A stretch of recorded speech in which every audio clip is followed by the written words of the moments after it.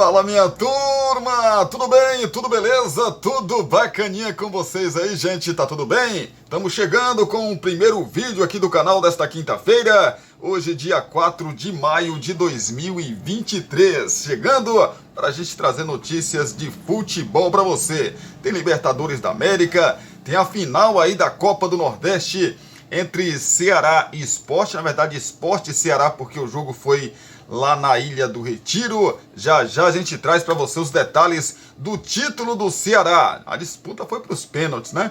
E a gente traz para você já aí detalhes dessa disputa de pênaltis da Copa do Nordeste, vencida aí pela equipe do Ceará. O confronto foi interessantíssimo, né? Foi muito bacana, muito legal e foi muito disputado aí essa decisão, essa final. Ambos, claro, o Ceará venceu em casa por 2-1 e perdeu na Ilha do Retiro por 1-0 e foi aí para as penalidades máximas. Falaremos também sobre Libertadores da América, Copa Sul-Americana, os jogos que aconteceram ontem da Libertadores, os jogos que aconteceram ontem também da Copa Sul-Americana. Rapaz, o Internacional empatou em casa, o Palmeiras venceu jogando no Equador. E a gente vai trazer já detalhes para vocês que estão aí ligados com a gente aqui, tá bom? Antes disso, tem recado de Cristiano Santos, a voz que divulga você. Você quer divulgar sua marca, o seu produto e a sua festa? Então coloque a voz de Cristiano Santos pra gravar tudo isso pra você. Fala, pessoal, aqui quem fala é Cristiano Santos, tudo bom com você? Tô esperando o seu contato pra gravar sua propaganda e mandar rapidinho pra você. 77998102174. Cristiano Santos, a voz que divulga você.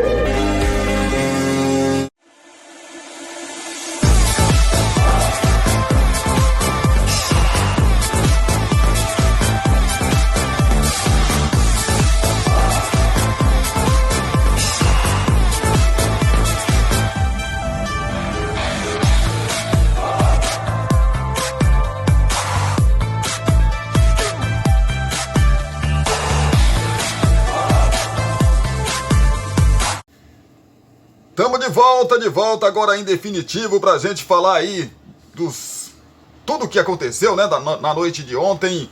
Também eu esqueci de falar na entrada aqui, rapaz, do Manchester City, né? Manchester City venceu aí o seu jogo atrasado na Premier League e retomou a liderança da competição, e já eu trago detalhes para vocês que estão aí ligados com a gente. A gente vai falar aí, né, da Premier League para vocês já aqui no nosso vídeo. Antes disso, deixa aí o seu like, seu comentário, também compartilha aí esse nosso vídeo, se inscreva no canal se você ainda não for inscrito, sininho de notificações para que vocês recebam aí todos os nossos vídeos sempre que postarmos aqui. O YouTube vai te avisar aí, tem vídeo novo no canal Cristiano Santos Radialista.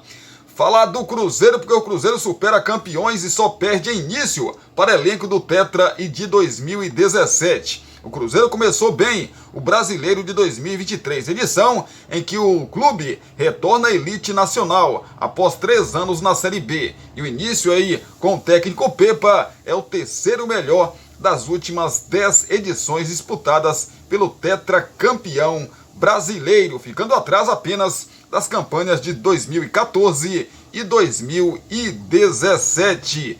Com 6 pontos, o Cruzeiro passou a figurar no pelotão de cima do Campeonato Brasileiro de 2023, após vitórias seguidas sobre Grêmio e Bragantino. Neste momento, a equipe cruzeirense ocupa o 6º lugar com 6 pontos ganhos, depois de 3 rodadas disputadas até aqui. Em 2014 e 2017, o time fez 7 pontos nos 3 primeiros jogos em cada edição. No ano do Tetra, em que terminou com 80 pontos, começou com vitória sobre o Bahia por 2-1 fora de casa, empatou com o São Paulo em 1-1 como mandante, e também o Atlético venceu o Atlético Paranaense por 3-2 fora de casa. 4 anos depois, fez a mesma pontuação inicial com vitória sobre o São Paulo 1-0 em casa, empate com o Sport 1-1 fora de casa e triunfo sobre o Santos 1-0 fora. Naquela edição, o time terminou em 5º lugar,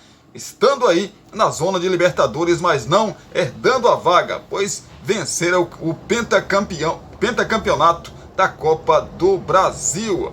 A pontuação de 2023 nas 3 primeiras rodadas é a mesma que o time fez em 2019, última edição em que participou e que acabou sendo rebaixado no final da temporada. Naquele ano, o Cruzeiro estreou perdendo para o Flamengo, fora de casa por 3-1, mas se recuperou com 2 triunfos seguidos em casa, 1-0 sobre o Ceará e 2-1 diante do Goiás. Em meio à crise financeira, administrativa e política, a Raposa acabou sofrendo o primeiro rebaixamento ao fim da campanha do Brasileiro de 2019. Por causa desses problemas, a equipe viveu 3 temporadas consecutivas na Série B. Agora, o Cruzeiro retorna à elite, conseguindo aí um bom início e estando entre os primeiros colocados da competição. Claro que é tudo muito cedo ainda para estar comemorando alguma coisa, porque são só 3 rodadas, nem o Botafogo, né, que venceu as 3, não pode estar, lógico, tá animado, tá, né? Tá com a confiança lá em cima, evidentemente, mas tem que ter uns pezinhos no chão, porque são só 3 rodadas, ainda faltam 35 rodadas para terminar o Campeonato Brasileiro. O Campeonato Brasileiro longo, muito difícil, então muita calma nessa hora também. Vamos esperar as demais rodadas, né, do Campeonato Brasileiro. Claro que o Cruzeiro começou mal, né, perdendo para o Corinthians na Arena Corinthians e depois venceu as 2. O campeonato está fazendo um campeonato, esse início, né, mais do que se esperava do Cruzeiro. Mas evidentemente que é bom dar uma segurada, porque o Cruzeiro ainda falta muitos ajustes, né? Com a janela fechada e reforço na comissão, Lucha fala em dar mais espaço a jovens do Corinthians. Eu disse para vocês aqui, quando o Corinthians contratou o Luxemburgo, né, o Vanderlei Luxemburgo, que o Luxemburgo ia fazer isso, ia usar muito, né, os garotos, aqueles que estavam se destacando aí na base do Corinthians iam ter oportunidade, aqueles que não estavam tendo, né, já estavam aí nos profissionais, mas não estavam tendo oportunidades, iriam começar a ter, assim como o Luxemburgo fez, né, na passagem dele pelo Palmeiras. E o Palmeiras, depois que começou a usar a base, né, o Palmeiras se tornou aí um time muito, mas muito competitivo e vencedor, né, campeão, multicampeão aí de quase tudo que disputa. Pois é, e o Corinthians acho que não vai ser diferente, né, até pela questão financeira ruim aí do time do Corinthians. Faltam 2 meses para que a janela de transferências do futebol brasileiro reabra. Desta forma, Vanderlei Luxemburgo tem ciência de que não ganhará nenhum reforço nos próximos 60 dias. Assim, a base deve ser uma fonte aí de alimentação para o Corinthians nesse momento. Pois é, com um jogador jovem, o técnico tem que matar no peito e botar o moleque para jogar. Se tiver que jogar, vai jogar, mas tem que saber que a responsabilidade existe. Cobrem de mim. Quando vem da base, vem identificado com as coisas do clube. Disse após a derrota por 2-1 para o Del Valle, disse aí o Luxemburgo. Em seu primeiro jogo, o técnico manteve o zagueiro Murilo, de 20 anos, como um dos titulares. E apostou em 2 garotos para tentar reverter o cenário da partida no segundo tempo. O atacante Pedro, de 17 anos, e o meia Matheus Araújo, de 20. Ambos são tratados como joias dentro do elenco. Matheus mostrou que conhece da posição, cabeceou, tirando a bola, passando para alguém, não errou o passe, preencheu o espaço e conseguiu achar na frente para jogar. Não tem isso de que é muito novo, tem qualidade, disse sobre o meia. Pedro é muito rápido, bom jogador, mas precisa entender que é limpar e jogar na área, não passar por 3. Podemos usar esses jogadores, mas precisa ir adaptando. É um segundo volante que dá dinâmica, o Matheus. Tudo isso surge no processo de trabalho. Vamos começar a usar, disse aí o Vanderlei Luxemburgo. É isso, gente, é isso. Mesmo quando a janela se abrir, Falei para vocês aqui já em outra oportunidade. Não espere que o Corinthians vá ir no mercado e trazer jogadores espetaculares, jogadores para parar aeroporto. Não esperem isso. Até porque, se o Corinthians fizer isso, ele vai dar um tiro no pé. As finanças do Corinthians estão cada vez piores. Ou pior, né? Então, não espere que o Corinthians vai... o Corinthians vai trazer um pacotão de 5 jogadores para chegar e jogar. Não espere. O Corinthians vai trazer jogadores pontuais ali, né? Para reforçar o elenco para sequência da temporada. Mas não, eu, pelo menos, não acho que o Corinthians vá aí trazer jogadores de chegar e arrebentar, seja... Lógico, tomara que aconteça, né? Pelo bom do futebol brasileiro aí. Mas não acredito que o Corinthians vá no mercado e traga jogador para salário de 1 milhão e tanto, aquela coisa toda. Né? Difícil. É a oportunidade de mercado. Como o Vasco descobriu o Cano para o Brasil e deixou sair para o Fluminense. O Germancano tá demais, né, rapaz? Germancano cravou aí 3 gols contra o River Plate da Argentina, né? Cano é hoje um dos melhores, se não o melhor, jogador do futebol brasileiro em 2023. O curioso é que até 31 anos de idade, o argentino era praticamente um desconhecido no Brasil e até em seu país, após passar por boa parte da carreira entre Colômbia e México. E foi o Vasco, há 3 anos, que apresentou o centroavante para os brasileiros. No próximo sábado, às 21 horas, no Maracanã, Vasco e Cano voltarão a se encontrar. Não será a primeira vez desde a saída do argentino de São Januário no fim de 2021. No último duelo, por exemplo, Cano marcou 2 vezes na vitória por 2-0, sendo que um dos gols foi praticamente do meio de campo.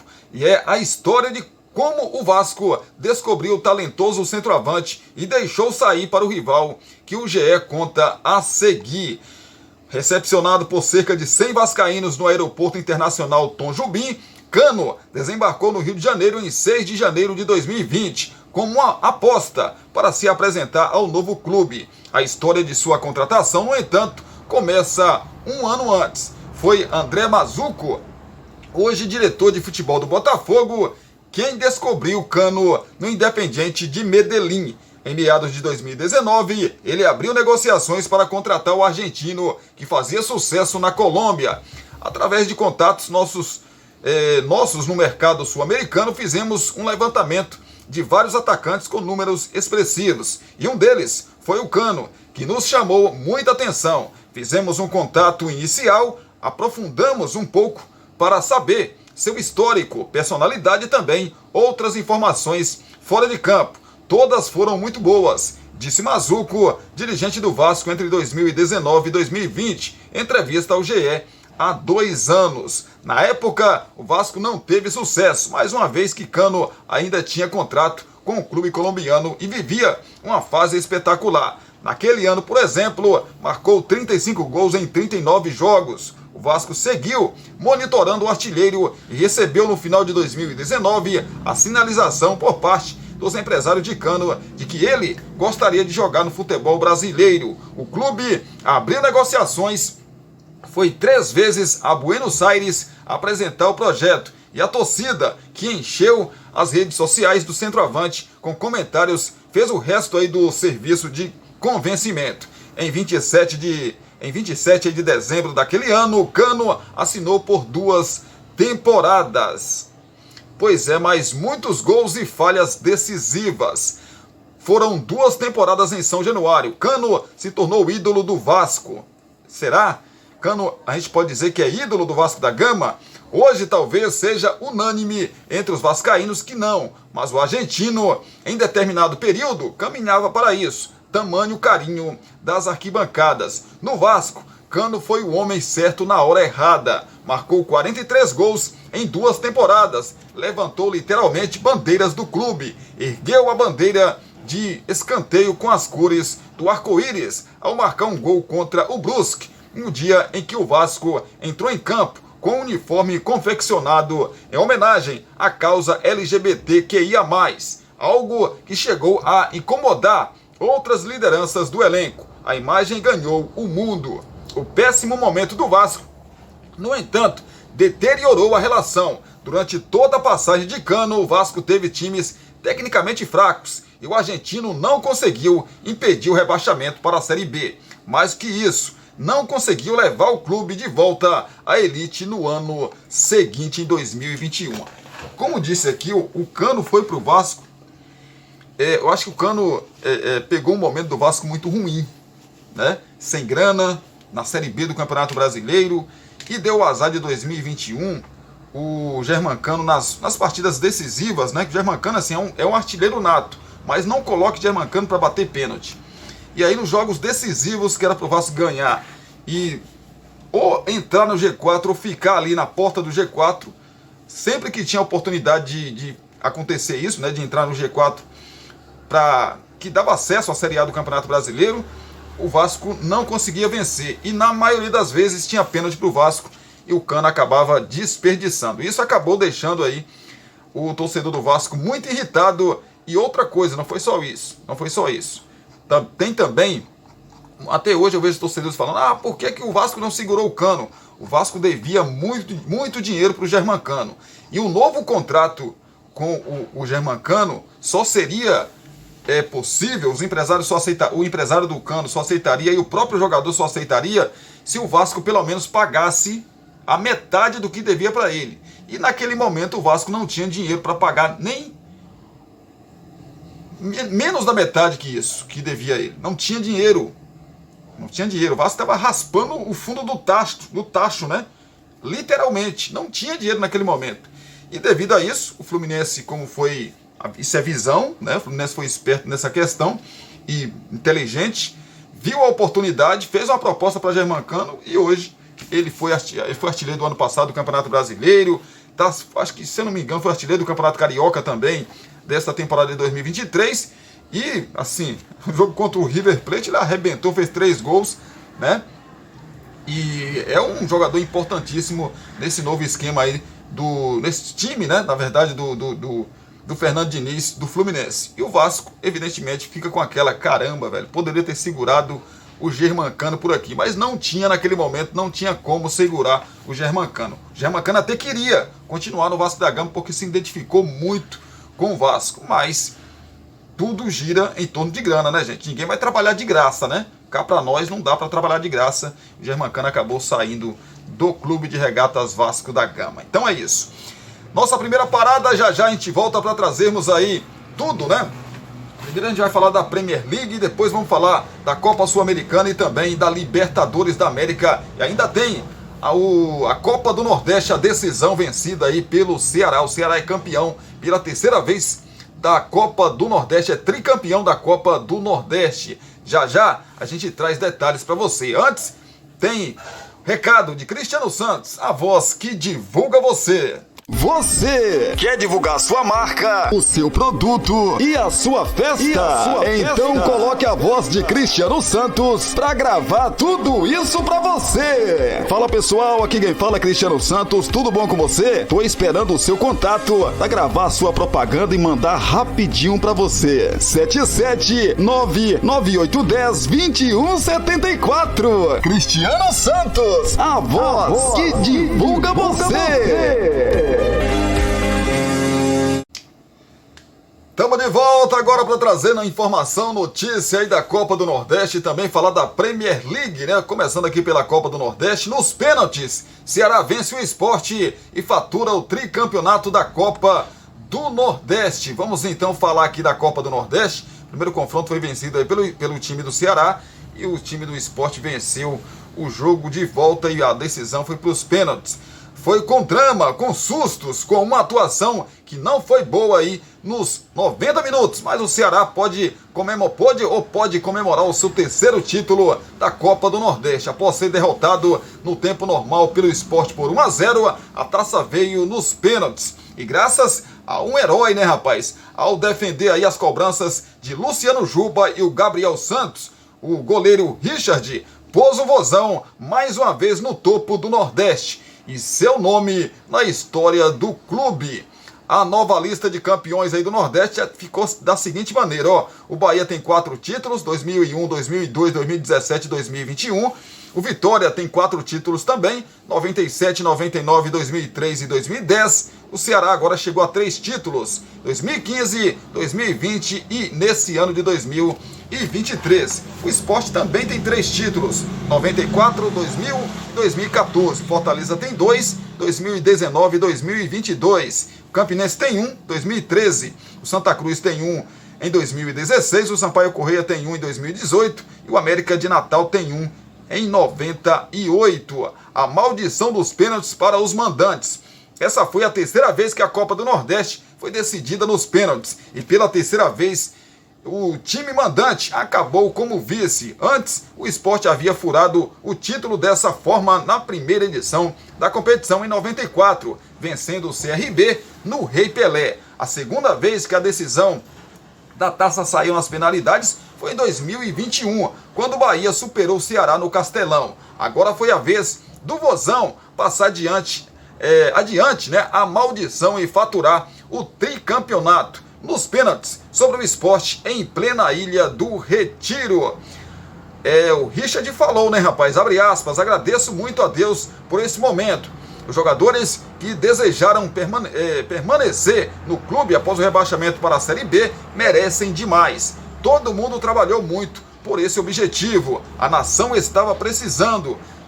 Vieram nos apoiar em peso aqui. Agora é dar sequência, mas comemorar muito porque esse título foi muito difícil. A equipe do Sport é muito boa. A melhor que nós enfrentamos até aqui nesse ano, fecha aspas, disse aí o arqueiro Richard, né, do Sport do Ceará. Então parabéns aí ao time do Ceará, campeão da Copa do Nordeste, venceu por 2-1 o jogo de ida no Castelão, perdeu por 1-0 e na decisão por pênaltis conquistou aí o tricampeonato do Nordeste. Vamos falar de Premier League, né, rapaz? Falar de Premier League, porque o Manchester venceu o seu confronto e venceu e acabou aí voltando para a liderança da competição, né?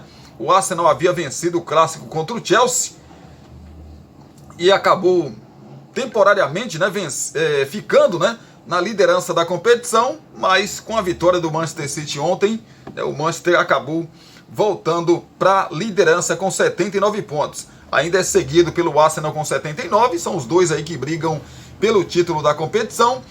O Arsenal é o segundo então com 78, o Newcastle tem 65, é o terceiro colocado. O Manchester United é o quarto colocado com 63 pontos. Próximos jogos aí das duas equipes, né? Vou passar para vocês aqui. Só dar uma olhada aqui nos jogos. O Manchester City ainda tem um jogo, né, para realizar, um jogo atrasado para realizar. Se ele ganhar, ele abre 4 pontos aí da equipe do Arsenal e fica muito perto ali de conquistar o título da competição. O Manchester vai receber no sábado, né, às 11 horas da manhã, a equipe do Leeds United. Para manter aí a liderança da competição. Já a equipe do Arsenal, deixa eu buscar para vocês aqui, o Arsenal tem um compromisso fora de casa contra a terceira colocada na competição, né, que é o Newcastle. Newcastle, então, recebe a equipe do Arsenal. Jogo no domingo, às 12h30, às 12h30, aí ao meio-dia e meio, né? Esse confronto no domingo. Já, evidentemente que o Arsenal já vai saber se o Manchester perdeu, né, pro Leeds United, coisa que eu acho difícil de acontecer, mas é futebol. Vamos esperar para ver o que acontece. Ou se o Manchester City abriu 4 pontos aí, e aí força a equipe do Arsenal a vencer o seu confronto de qualquer maneira contra o Newcastle, né, fora de casa, para continuar com 1 ponto atrás do líder Manchester City. Rapaz, o campeonato inglês sendo decidido aí a sua reta final, já vamos na verdade para a 35ª rodada da competição, e as duas equipes, assim como aconteceu no ano passado, né? O ano passado foi decidido o título aí na última rodada, né, rapaz? Pois é, tá caminhando para isso acontecer também. Claro que tem a diferença que nessa edição, né, tem aí a questão do Manchester City ter um jogo a menos que o segundo colocado, no caso o Arsenal, né? O Manchester tem um jogo a menos que o Arsenal. Mais uma paradinha, a gente volta já para trazer para vocês a Libertadores da América, também a Copa Sul-Americana, jogos que vão acontecer nesta quinta-feira, tanto pela Copa Sul-Americana quanto também pela Taça Libertadores da América. Hoje, por exemplo, tem o Flamengo entrando em campo. Flamengo que deu uma embolada no grupo do Flamengo aí. Eu trago já, atualizo para vocês, torcedores do Mengão, como está a situação aí do grupo do Mengão. E o Palmeiras venceu, né, rapaz? O Palmeiras venceu fora de casa no Equador e a gente traz já os detalhes para vocês da vitória do Palmeiras. O Palmeiras que começou perdendo e agora já tem 2 vitórias aí na fase de grupos da Libertadores da América. O Palmeiras entra sempre para brigar pelo título, sem dúvida nenhuma, né? Então, espere um pouquinho aí. Recado para você de Cristiano Santos, a voz que divulga você. Você quer divulgar sua marca, o seu produto e a sua festa? Então coloque a voz de Cristiano Santos pra gravar tudo isso pra você. Fala pessoal, aqui quem fala é Cristiano Santos, tudo bom com você? Tô esperando o seu contato pra gravar sua propaganda e mandar rapidinho pra você. 77998102174. Cristiano Santos, a voz que divulga você. Estamos de volta agora para a gente falar de Copa Sul-Americana e também de Libertadores da América, os brasileiros que entraram em campo nessas competições. A gente vai trazer para vocês detalhes e os que vão entrar nesta quinta-feira em campo aí para decidir a sua vida na competição ou nas competições, né? Vamos começar aqui pela Copa Sul-Americana, porque hoje tem Botafogo entrando em campo e a gente vai trazer os detalhes para você do Botafogo que enfrenta ou recebe, né, a LDU. A gente vai saber dos detalhes das duas equipes. Prováveis escalações aí, como esses times vêm para essa partida, né? Botafogo do técnico Luiz Castro. O bom momento do Botafogo também coincide com a fase que o torcedor começa a decorar. A escalação base aí do time, do goleiro ao centroavante. A tendência é que Luiz Castro escale força máxima para tentar buscar a liderança do grupo. Provável escalação então do Fogão tem Lucas Perry no gol, Rafael então de Plácido, Adrielson, Cuesta e também o Massal, Danilo Barbosa, Tietê e o Eduardo, Júnior Santos, Vitor Sá e Tiquinho Soares na frente. Esse, o provável Botafogo para o confronto contra a LDU. LDU do técnico Luiz Zobeldia. O técnico argentino da LDU deve repetir a formação que usou na vitória contra a Universidade Católica no último final de semana, com 3 zagueiros. A dúvida é se usará um trio de ataque ou se escalará um volante a mais para fechar os espaços do Botafogo no meio-campo. Provável escalação então do time da LDU tem Domingues no gol, Richard Mina, Richard Adi e também o Facundo Rodrigues, José Quinteiro, Oscar Ramírez, Sebastião Gonzalez e também o Brian Ramírez, John Júlio ou então o Medo, Angulo e Alvarado na frente. Esse o provável time da LDU para o confronto contra a equipe do Botafogo. Deixa eu dar um pulinho aqui no grupo do Botafogo. A LDU lidera com 7 pontos, o Botafogo tem 4, o Magadianes tem 2 e a Universidade César Valerro tem 1. Ou seja, Botafogo vencendo, né? Ele assume aí a liderança desse grupo. E eu lembro mais uma vez, na Copa Sul-Americana somente o primeiro colocado se classifica de forma direta para a próxima fase da competição. Falar então dos outros brasileiros que entram em campo também pela Copa Sul-Americana. O Goiás vai visitar o Ginásia La Plata e a gente vai trazer detalhes. O Goiás que vem de 2 empates aí, né, nos 2 jogos, né, que fez pela competição. E agora tenta a sua primeira vitória, né? O Goiás do técnico Emerson Ávila. Sem problemas no elenco, o interino pode repetir a escalação dos últimos jogos. No entanto, existe a possibilidade do meia Guilherme ganhar aí a oportunidade como titular. Se isso ocorrer, Diego deve ir para a lateral direita e Marquinho o Maguinho, né, seria sacado da equipe. Provável escalação, então, do Goiás: tem Tadeu no gol, Maguinho ou então Guilherme, Lucas Halter, Bruno Melo e também o Sander, Zé Ricardo, Morelli, Diego e Palácios, Vinícius e Matheus Peixoto na frente. Esse o time do Goiás para o confronto aí de logo mais contra o Ginásio de La Plata.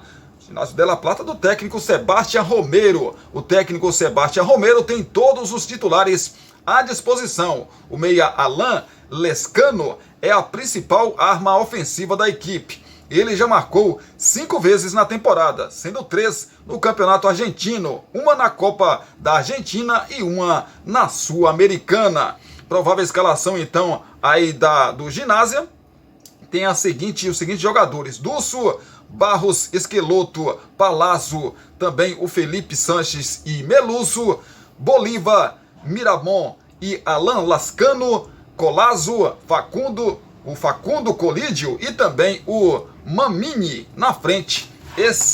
Essa equipe aí do Ginásio La Plata.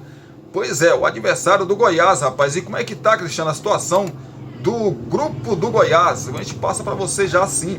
O grupo do Goiás está da seguinte maneira, ó. O Goiás tem 2 pontos, né? Como eu já falei para vocês, 2 jogos, 2 empates. O Santa Fé, na verdade, o Universitário lidera com 4 pontos. O Santa Fé é o segundo colocado com 4. O Ginásio La Plata ainda não pontuou na competição. Em 2 jogos foram 2 derrotas, então o Goiás tem que aproveitar esse momento e vencer também esse confronto, né? Às 11 horas da noite, esse jogo do Goiás com o Ginásio é às 19 horas no horário de Brasília. Às 11 horas da noite teremos o líder Universitário entrando em campo contra o Santa Fé. É a chance do Goiás vencer o jogo e a 5 pontos. Torcer também para um empate entre Universitário e Santa Fé, né? Se eles empatarem, aí o Goiás vencendo o Ginásio La Plata, ele chega a 5 pontos e fica todo mundo aí com 5 pontos. Evidentemente que menos o Ginásio La Plata, né? Então é importantíssimo uma vitória aí da equipe brasileira nessa terceira rodada, né? O Fortaleza é outra equipe brasileira que também entra em campo nesta quinta-feira. O jogo acontece, sabe que horas? Às 21 horas no horário de Brasília. Vamos saber então das coisas aqui do time brasileiro do Fortaleza, do técnico Juan Pablo Vojvoda. O tricolor do PC está 100% na Sul-Americana e quer manter o alto grau de aproveitamento nesta quinta. Para isso, o técnico Juan Pablo Vojvoda deve mandar a campo uma equipe alternativa. Provável time: Fernando Miguel no gol, Dudu, Benevenuto, Sebadios e também o Bruno Pacheco, Sacha, José Wellison, Hércules, Caleb, Galhardo e Guilherme na frente. Esse é o provável time do Fortaleza. Contra o Estudiantes de Mérida, técnico Ali Cañas. A situação não é confortável para a equipe venezuelana. A última vitória do técnico Ali Cañas foi ainda em março. Contra o tricolor, fora de casa, o Estudiantes espera surpreender. O único desfalque é o atacante Paredes, que cumprirá suspensão após ter sido expulso no último jogo. Arenas deve ser o titular. Provável escalação então aí do time do Estudiantes de Mérida é o seguinte: Velásquez no gol, Edson José, Antônio Matos e também o Doldan, também o Guaramato, Rodrigues, Flores, Penha e Jesus Gomes. Arenas e Zorila na frente. E o Zorila na frente, né? Esse o provável time aí da equipe do Estudiantes de Mérida. Como é que tá a situação do Fortaleza aí no seu grupo, Cristiano? Vou passar para vocês então, que estão aí com a gente, estão me fazendo essa pergunta. Fortaleza, como já dissemos aqui, 2 jogos, 2 vitórias, 6 pontos, lidera o grupo. São Lourenço tem 4 pontos, é o segundo colocado. O Palestino tem 4 pontos. O Estudiantes de Mérida ainda não pontuou, né? Foram 2 jogos e 2 derrotas aí para conta do Estudiantes. É a chance também aí da equipe do Fortaleza vencer e se distanciar, porque a equipe do Palestino segurou a equipe do São Lourenço, né? O jogo terminou em 0-0, aconteceu o jogo ontem e foi um bom resultado para o Fortaleza. O Fortaleza vencendo, ele vai a 9 pontos, abre 5 pontos aí da equipe do São Lourenço e praticamente garante a sua vaga na próxima fase da competição, porque depois ele pega justamente o São Lourenço em casa. E aí, meu amigo, né? Aí, possivelmente, basta um empate para que o time brasileiro passe para a próxima fase da competição, de forma direta, sem precisar aí disputar com nenhum time da Libertadores, né? Falando em Libertadores da América, vamos falar então, rapaz, dessa competição aí que tá demais, né, rapaz? Competição que tá demais e os brasileiros estão indo muito bem, obrigado. Já já a gente fala do Flamengo que joga hoje, também do Atlético Paranaense que joga hoje, mas antes, falar dos jogos que já aconteceram. Pelo grupo aí, grupo A, que é o grupo do Flamengo, o Nublense venceu na última terça-feira a equipe do Alcas por 2-1 e embolou aí esse grupo, né, rapaz? Tá tudo embolado o grupo A, que é o grupo do Flamengo que joga hoje. Por isso, o jogo se tornou muito mais, né, importante para as duas equipes aí, tanto para o Racing quanto também para a equipe do Flamengo. O Racing lidera com 6 pontos, o Flamengo é o segundo com 3, o Alcas tem 3 e o Nublense tem 3. Os dois se enfrentam, o Racing com 6 e o Flamengo com 3 se enfrentam na Argentina e já já a gente traz os detalhes para vocês. No grupo B é o grupo do Internacional, que jogou ontem, empatou em 2-2, o Internacional fez 1-0, perdeu um caminhão de gols, depois fez 2-1 e tomou o gol no finalzinho do confronto, né? Se vencesse, teria ido aí a 7 pontos, ficaria com a mesma pontuação, na verdade ultrapassaria a mesma pontuação, né? Ficaria com a mesma pontuação que o Nacional do Uruguai, embolaria tudo aí, né, rapaz? Pois é, e ficaria ali meio mais perto de uma classificação, mas continua na zona de classificação para a próxima fase, é o segundo colocado com 5 pontos, o Nacional lidera com 7, o Independiente Medellín tem 4 e o Metropolitanos ainda não pontuou. Tivemos, além do empate em 2-2 entre Internacional e Nacional do Uruguai, tivemos o Independiente Medellín 4-2 para cima do Metropolitanos. No grupo C, que é o grupo do Palmeiras, o Bolívar lidera com 6 pontos, o Palmeiras com a vitória de ontem chegou a 6 pontos também, assumiu a segunda colocação. O Barcelona de Guayaquil tem 3 e o Cerro Porteño também tem 3 pontos. Tivemos na quarta-feira Cerro Porteño sendo goleado em casa pelo Bolívar por 4-0 e o Barcelona recebeu o Palmeiras e perdeu por 2-0. Por isso, esses resultados aí do grupo C, né? Palmeiras entrando no grupo de classificação aí, no G2, que se classificam para a próxima fase. Grupo D, que é o grupo do Fluminense. O Fluminense lidera com 9 pontos, The Strongest tem 3, o Sporting Cristal tem 3 e o River Plate na lanterna também com 3 pontos. O Fluminense precisa aí de mais uma vitória, né? Mais uma vitória para conseguir a sua classificação já na quarta rodada para a próxima fase aí, né? Pois é, o Fluminense encaminhou muito bem a sua classificação devido, na terça-feira, o jogo aconteceu contra o River Plate, o Fluminense venceu por 5-1, um atropelo, né, rapaz? 5-1 Fluminense, 3 gols do Germancano e 2 gols aí do Arias. Pois é, o Fluminense, rapaz, não deu moleza não, né? Tivemos ainda o Sporting Cristal 1-0 para cima do The Strongest. Com isso, o grupo D, Fluminense lidera com 9 pontos, já, como já disse, The Strongest, Sporting Cristal e River Plate 3 pontos essas equipes têm, né? No grupo E, que é o grupo do Corinthians, o Corinthians se complicou aí na competição, o Argentino Júnior tem 7 pontos, o Independiente Del Valle tem 6, o Corinthians tem 3 e o Liverpool do Uruguai com 1 ponto. O Corinthians precisa... O Liverpool empatou em 2-2 com o Argentino Júnior, né? O Corinthians perdeu em casa contra o Independiente Del Valle por 2-1. O Corinthians pega na próxima rodada o Argentino Júnior, que precisa vencer para ficar mais perto da sua classificação, e o Corinthians precisa desesperadamente de uma vitória, porque se o Corinthians empatar, continua muito complicada a sua situação. Se o Corinthians vencer, ele chega a 6 pontos, e aí, lógico que ainda não garante a sua classificação, mas pelo menos dá uma respirada, né? E ele volta com força para a briga direta, né? Pela vaga aí, né? Por uma das duas vagas na próxima fase da Libertadores da América. Ele pega na quarta rodada o Argentino Júnior fora de casa e depois pega o Independiente Del Valle também fora de casa para decidir, provavelmente decidir a sua vida, né?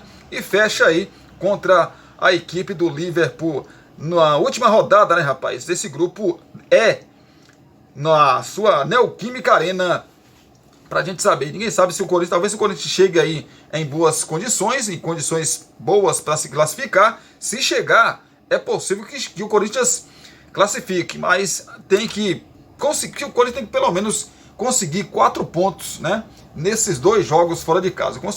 Conseguindo 4 pontos, ele chega aí a 7 pontos e vai para a última rodada com a chance altíssima de classificação.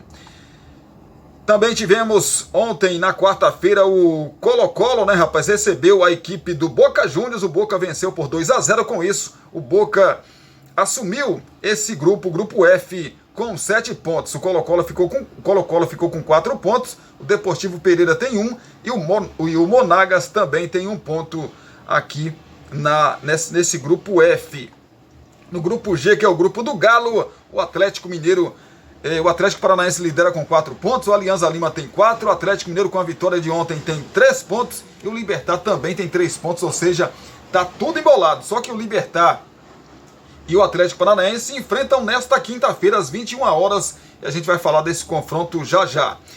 O Atlético Nacional de Medellín empatou em 2-2 com o Olímpia pelo grupo H e hoje teremos ainda o Patronato recebendo a equipe do Melgar.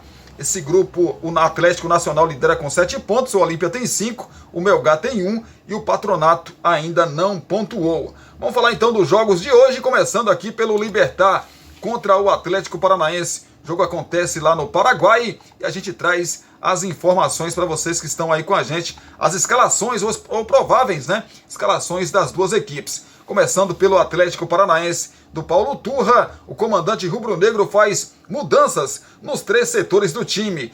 Pedro Henrique deve entrar na zaga para a saída de Zé Ivaldo, que tem interesse do Cruzeiro e negocia uma possível renovação com o Furacão. No meio, Vitor Bueno ganha a vaga de Christian, enquanto Eric e Alex Santana disputam a titularidade. Por fim, no ataque, Pablo tira Rômulo na formação inicial.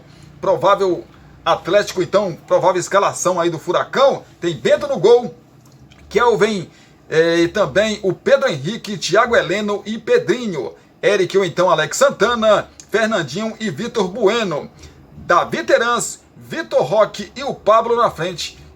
O provável Atlético Paranaense para o confronto difícil contra o Libertad no Paraguai. O Libertad do técnico Daniel Garneiro. O treinador argentino deve manter a base dos jogos na Libertadores. A dúvida é se escala Cardoso desde o início ou coloca durante a partida, como aconteceu diante do Atlético Mineiro e Alianza Lima. Já Melgarejo desfalcou o time nas últimas 2 partidas do paraguaio.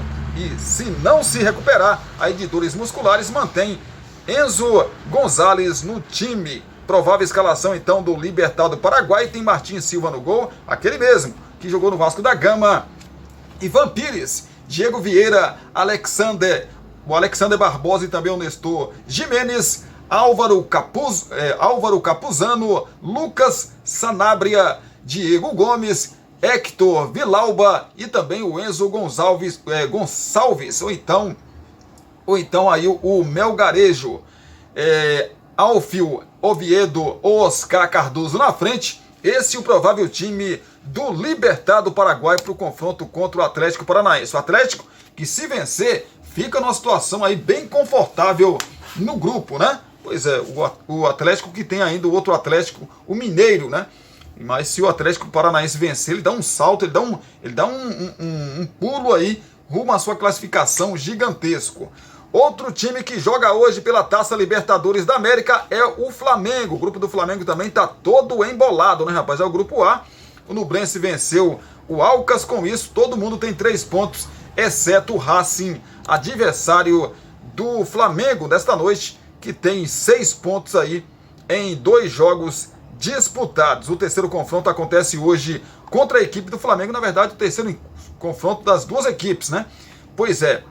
Escalações prováveis, então, das duas equipes, começando pelos donos da casa, com o Racing do técnico Fernando Gago. Fernando Gago trabalhou 2 possibilidades de esquema, um no 3-4-3 e outro no 4-3-3. Paulo Guerreiro, ex-Flamengo, está bem cotado para reencontrar o time que defendeu de 2015 a 2018. Isso independentemente do esquema escolhido por Gago. Com a indefinição aí do sistema, a dúvida fica em relação à utilização de Galvão ou Insua no sistema defensivo. Provável escalação, então, do time argentino tem o Gabriel Arias no gol, Léo Sigali, Tomás Áviles, Galvão ou então Insua, Facundo Muro, Juan Nardoni e também o Aníbal Moreno, Gabriel e Rojas, aquele mesmo que é pretendido aí por Palmeiras, por até Flamengo também, né? Se diz aí muito interessado no Rojas.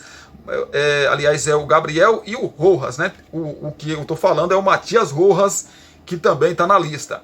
Paulo Guerreiro e Max Romero. Esse é o provável time do Racing para o confronto contra a equipe do Flamengo. Flamengo do técnico Jorge Sampaoli. O Flamengo tem alguns desfalques para a partida contra o Racing. E no último treinamento, o técnico Jorge Sampaoli não definiu o esquema titular. Arrascaeta retorna aos relacionados, mas não deve começar jogando. Everton Ribeiro pode ser titular nesse confronto. O argentino deve optar por uma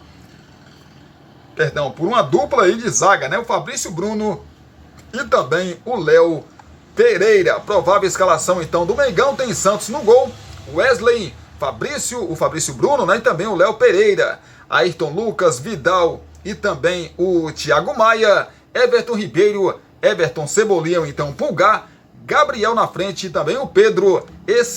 O provável time do Flamengo para o confronto contra o Racing. Se o Flamengo vencer, o Flamengo chega aí a 6 pontos também. Depende para passar do Racing assumir a liderança, ele tem que vencer por 2 gols de diferença, né? Deixa eu ver aqui quantos gols que o Flamengo marcou, é isso. Tem que vencer por 2 gols de diferença para que assim assuma aí a segunda colocação, porque o Racing tem 3 gols de saldo, né? O Racing fez 5 gols e o Flamengo fez 3. Então, o Flamengo tem 1 gol de saldo. O Flamengo vencendo aí por 2 gols de diferença, ele chega a 3 também. E aí iguala no saldo de gols. Aliás, tira o saldo de gols do Racing, né? Então ele chegaria aí sim à liderança desse grupo. Mas precisa vencer. Já o Racing, se o Racing vencer o Flamengo, o Racing praticamente ele encaminha. Matematicamente ainda ele não se classifica, mas ele encaminha muito bem a sua classificação. E aí complica o Flamengo. Complica o Flamengo como, Cristiano? Lógico que os adversários são Alcas e Nublense, pela segunda vaga. Eu acredito que o Flamengo, com o elenco que tem, evidentemente, que vai se classificar. Mas o Flamengo perdeu para o Alcas, né, gente? Se perder esse confronto aí, o time do Flamengo depois pega o Nublense, jogo fora de casa, e o Racing joga contra o Alcas. Falando aqui de uma situação normal, o Racing vence o Alcas, e aí já se garantiria, caso vença o Flamengo hoje, e o Nublense contra o Flamengo também deve vencer. Então, importante hoje o Flamengo pontuar, né? Até pela questão dos desfalques que o Flamengo tem. Se o Flamengo conseguir uma vitória, vai ser espetacular, e aí vai embolar tudo de vez, e aí as coisas vão se clarear mais. Mas se o Flamengo trouxer de lá 0 ponto da bagagem, evidentemente que vai ficar... O torcedor vai ficar com uma pulga, né? Com a pulga atrás aí da orelha, mas o Flamengo deve se classificar nesse grupo também. Porque se não se classificar, vai ser um vexame gigantesco, né, gente? Pelo amor de Deus, né? Vai ser um vexame, assim, dos maiores vexames da história do Flamengo, se o Flamengo não conseguir uma classificação num grupo fácil desse, né? O adversário do Flamengo é só o Racing. Pois é. Vamos aguardar para ver o que acontece nesse confronto aí de logo mais.